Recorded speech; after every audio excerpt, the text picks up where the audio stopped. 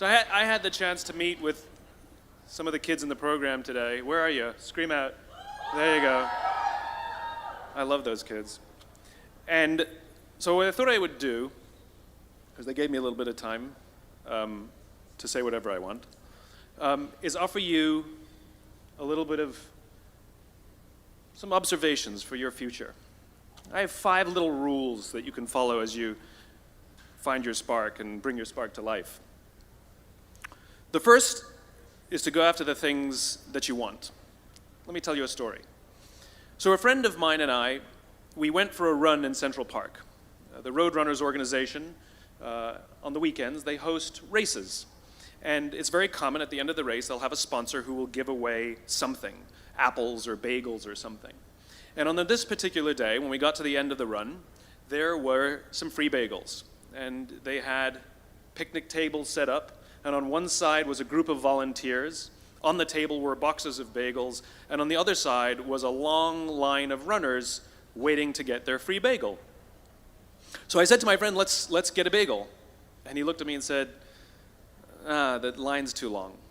And I said, free bagel. And he said, I don't want to wait in line. And I was like, free bagel. And he says, it's too long. And that's when I realized that there's 2 ways to see the world. Some people see the thing that they want, and some people see the thing that prevents them from getting the thing that they want. I could only see the bagels. He could only see the line. And so I walked up to the line. I leaned in between 2 people, put my hand in the box, and pulled out 2 bagels. And no one got mad at me, because the rule is you can go after whatever you want. You just cannot deny anyone else to go after whatever they want. Now, I had to sacrifice choice. I didn't get to choose which bagel I got. I got whatever I pulled out, but I didn't have to wait in line. So the point is you don't have to wait in line. You don't have to do it the way everybody else has done it. You can do it your way. You can break the rules. You just can't get in the way of somebody else getting what they want. That's rule number 1. Rule number 2. I like this one. In the 18th century, there was something that spread across Europe and eventually made its way to America called puerperal fever, also known as the Black Death of childbed. Basically what was happening is women were giving birth and they would die within 48 hours after giving birth. This Black Death of childbirth was the ravage of Europe, and it got worse and worse and worse over the course of over a century. In some hospitals, it was as high as 70% of women who gave birth who would die as a result of giving birth. But this was the Renaissance. This was the time of empirical data and science, and we had thrown away things like tradition and mysticism. These were men of science. These were doctors. And these doctors and men of science wanted to study and try and find the reason for this Black Death of childbed, and so they got to work studying, and they would study the corpses of the women who had died. And in the morning they would conduct autopsies, and then in the afternoon they would go and deliver babies and finish their rounds. And it wasn't until somewhere in the mid-1800s that Dr. Oliver Wendell Holmes, father of Supreme Court Justice Oliver Wendell Holmes, realized that all of these doctors who were conducting autopsies in the morning weren't washing their hands before they delivered babies in the afternoon.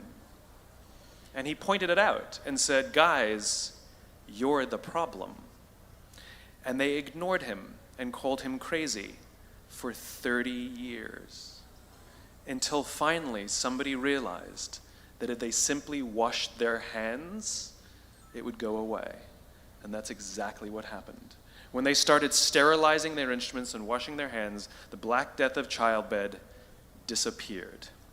My point is, the lesson here is, sometimes you're the problem. We've seen this happen all too recently with our new men of science and empirical studiers and these men of finance. who are smarter than the rest of us until the thing collapsed. And they blamed everything else except themselves.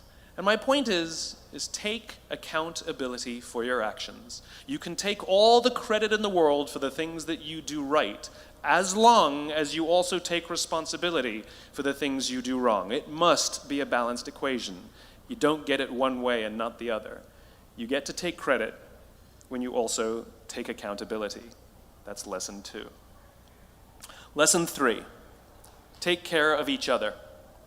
The United States Navy SEALs are perhaps the most elite warriors in the world. And one of the SEALs was asked, who makes it through the selection process? Who is able to become a SEAL? And his answer was, I can't tell you the kind of person that becomes a SEAL. I can't tell you the kind of person that makes it through BUD/S. But I can tell you the kind of people who don't become SEALs. He says the guys that show up with huge, bulging muscles, covered in tattoos, who want to prove to the world how tough they are, none of them make it through.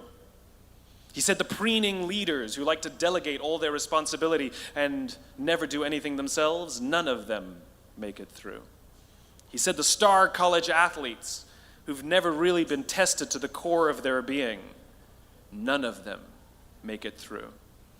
He says some of the guys that make it through are skinny and scrawny. He said some of the guys that make it through, you will see them shivering out of fear. He says, however, all the guys that make it through, when they find themselves physically spent, emotionally spent, when they have nothing left to give physically or emotionally, somehow, some way, they are able to find the energy to dig down deep inside themselves, to find the energy to help the guy next to them. They become SEALs, he said. You want to be an elite warrior. It's not about how tough you are. It's not about how smart you are. It's not about how fast you are. If you want to be an elite warrior, you better get really, really good at helping the person to the left of you and helping the person to the right of you. Because that's how people advance in the world. The world is too dangerous and the world is too difficult for you to think that you can do these things alone.